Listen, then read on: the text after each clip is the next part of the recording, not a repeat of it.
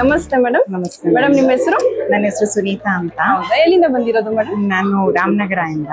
ಅರವಿಂದ್ ಗಂಗರಾಜ್ ಮಾಲಿಂದ ಬಂದಿದ್ದೀನಿ ಮೇಡಮ್. ಬೆಳಗ್ಗೆಯಿಂದ workshop attend ಮಾಡಿದೀರಾ? ತುಂಬಾನೇ ಗುರುಗಳಿಂದ ಏನ್ ಕಲ್ತ್ರಿ ಇಲ್ಲಿವರೆಗೂ? ಗುರುಗಳಿಗೆ ನಾವು ಕೈ ಎತ್ತಿ ಮುಗಿಬೇಕು ಮೇಡಮ್. ಅಷ್ಟು ಒಂದು ಪರಿಪಕ್ವವಾಗಿ ನಮ್ಮನ್ನ ತಿದ್ದಿ ತೀಡೋ ಅಂತ ಸಂಪೂರ್ಣ ಮಾಹಿತಿಯನ್ನ ನಮಗೆ ಕೊಟ್ಟಿದ್ದಾರೆ.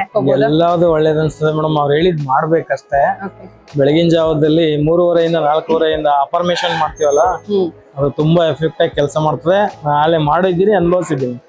ನಾವ್ ಎಷ್ಟು ದುಃಖದಲ್ಲಿ ಇರ್ತೀವೋ ಅಷ್ಟನ್ನು ಸಂಪೂರ್ಣ ಯಾವುದು ಇಲ್ಲ, ಎಲ್ಲ ನಿಮ್ಗೆ ನಿಮ್ಮ ಕೈನಲ್ಲೇ ಇದೆ. ನೀವೇ ದೇವ್ರು, ನೀವೇ ಎಲ್ಲವನ್ನ ಪಡ್ಕೊಂತೀರಾ ಅನ್ನೋ ಅಷ್ಟು ಮಾಹಿತಿನ ನಮ್ಗೆ ಎಲ್ಲ ತುಂಬಿ ಸಮಾಧಾನ ಮಾಡಿದ್ದಾರೆ. ಇಂಥ ಒಂದು ವಿಶ್ವಾಸ ಯಾರು ಕೂಡ ಕೊಡಲ್ಲ. ನಿಜವಾಗ್ಲೂ ನಾನು ಅವರನ್ನ ತುಂಬಾ 1 ವರ್ಷದಿಂದ ಅವ್ರ ವಿಡಿಯೋಸ್ನೆಲ್ಲ ಫಾಲೋ ಮಾಡ್ತಾ ಇದ್ದೀನಿ. ನನ್ ಗುರುಗಳಿಗೆ ಎಷ್ಟು ಥ್ಯಾಂಕ್ಸ್ ಹೇಳಿದ್ರು ಕಡಿಮೆನೆ ಅಂತ ಹೇಳ್ಬೇಕು. ಇನ್ನೂ ಚೆನ್ನಾಗ್ ಆಗ್ತೀರಾ ಅಂತ ಅನ್ಸ್ತಾ ಇದೆ. ಕಾನ್ಫಿಡೆನ್ಸ್ ಸಿಕ್ಕಾಪಟ್ಟೆ ಐತೆ. ಹೌದೌದು. ಏನೋ ಒಂದು ರೀತಿಯಲ್ಲಿ ಅವ್ರು ನನಗೆ ದೇವರ ರೂಪದಲ್ಲೇ ಇದ್ದಾರೆ ಅಂತ ನಾನು ಅವರನ್ನು ತುಂಬಾನೇ ಫಾಲೋ ಮಾಡ್ತೀನಿ.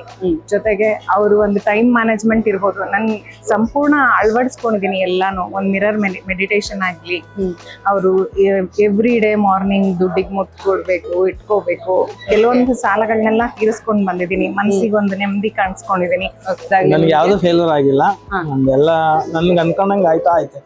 ನಾನು ಈ ಮೂಲಕ ಗುರುಗಳಿಗೆ ನಾನು ನಿಜವಾದ ತುಂಬಾ ಹೃದಯದಿಂದ ಹೇಳ್ತಾ ಇದ್ದೀನಿ, ತುಂಬಾನೇ ಥ್ಯಾಂಕ್ಸ್. ಗುರುಗಳು ಇನ್ನೂ ಚೆನ್ನಾಗಿ ನಮ್ಮಂತ 100 ಜನಕ್ಕೆ ಅವ್ರ ದಾರಿದೀಪ ಆಗ್ಬೇಕು. ಅವರು ಹೇಳ್ತಾ ಇದ್ರು, ಮುಂದಿನ ಪೀಳಿಗೆಗೆ ಇದನ್ನ ವಿದ್ಯಾಭ್ಯಾಸದ ಮಟ್ಟದಲ್ಲಿ ತರಬೇಕು, ಎಜುಕೇಶನ್ ಲೆವೆಲ್ ಅಲ್ಲಿ ಅಂತ. ಖಂಡಿತ ತರಬೇಕು. ಎಲ್ಲ ಮಕ್ಕಳಿಗೂ ಇದು ಒಂದು ದಾರಿದೀಪ ಆಗ್ಬೇಕು. ಈಗಿರೋ ಎಜುಕೇಶನ್ಗಿನ್ನ ಈ ಎಜುಕೇಶನ್ನೇ ಇಂಪಾರ್ಟೆಂಟ್ ಅಂತ ನಾ ಹೇಳಕ್ ಇಷ್ಟಪಡ್ತೀನಿ. ಖಂಡಿತ ಮೇಡಮ್. Thank you madam. ಬೇಗ ಸಕ್ಸಸ್ ಆಗಿ ಒಳ್ಳೇದಾಗಿ. ಮತ್ತೆ ಮುಂದಿನ ವರ್ಕ್ಶಾಪ್ ಬನ್ನಿ. Thank you sir. Thank you madam.